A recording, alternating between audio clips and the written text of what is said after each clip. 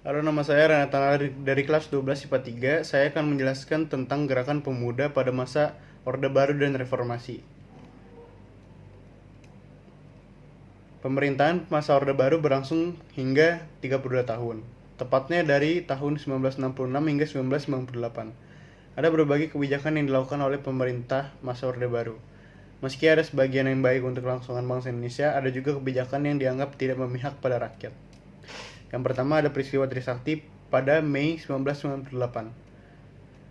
Setelah sebelumnya mahasiswa melalui HMI atau Himpunan Mahasiswa Islam Denpasar melakukan unjuk rasa menuntut reformasi pada 4 Mei 1998, 4 organisasi mahasiswa mengajukan usulan melalui sidang umum MPR kedua.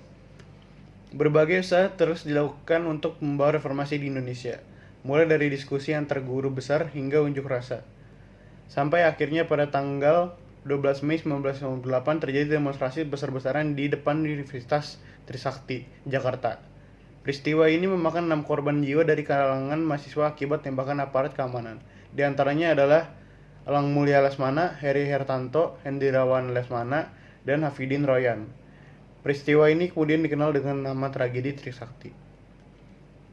Peristiwa tersebut tidak membuat semangat mahasiswa surut dan justru menyulut adanya demonstrasi yang lebih besar pada 13-14 Mei 1998 di Jawa Tengah. Mahasiswa menduduki kantor DPRD Jawa Tengah dan memaksa para wakil rakyat untuk turut dalam aksi keprihatinan. Selain di Jawa Tengah, kerusuhan juga terjadi di wilayah Indonesia lainnya termasuk Jakarta. Aksi tersebut diperparah dengan penjarahan di berbagai belahan Jakarta. Puncaknya pada 18 Mei 1998, mahasiswa berhasil menduduki atap gedung DPR atau MPR RI di Senayan. Berbagai usaha tersebut akhirnya membuahkan hasil. Pada 19 Mei 1998, beberapa menteri kabinet Soeharto memutuskan untuk mundur dari jabatannya. Kondisi yang semakin tidak terkendali akhirnya memaksa Soeharto untuk meletakkan jabatannya di depan Mahkamah Agung pada tanggal 21 Mei 1998 pukul 10 pagi. Pada saat yang sama, Soeharto kemudian menunjuk wakilnya B.J. Habibie untuk menggantikan posisinya.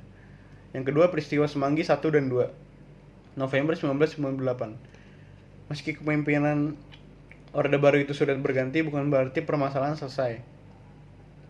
Mahasiswa bergolak kembali karena tidak mengakui pemerintahan B.J. Habibie dan tidak percaya dengan anggota DPR atau MPR.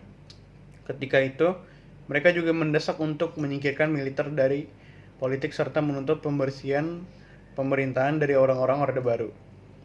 Saat itu, apapun yang dilakukan oleh mahasiswa mendapat perhatian ekstra dari pemimpinan universitas karena mahasiswa berada di bawah tekanan aparat.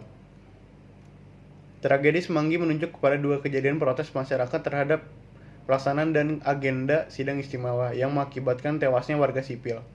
Kejadian pertama dikenal dengan tragedi Semanggi 1 yang terjadi pada tanggal 11 sampai 13 November 1998 yang menyebabkan tewasnya 17 warga sipil.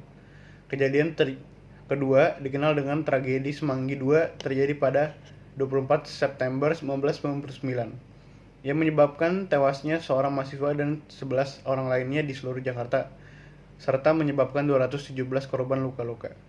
Itu saja dari saya, sekian dan terima kasih.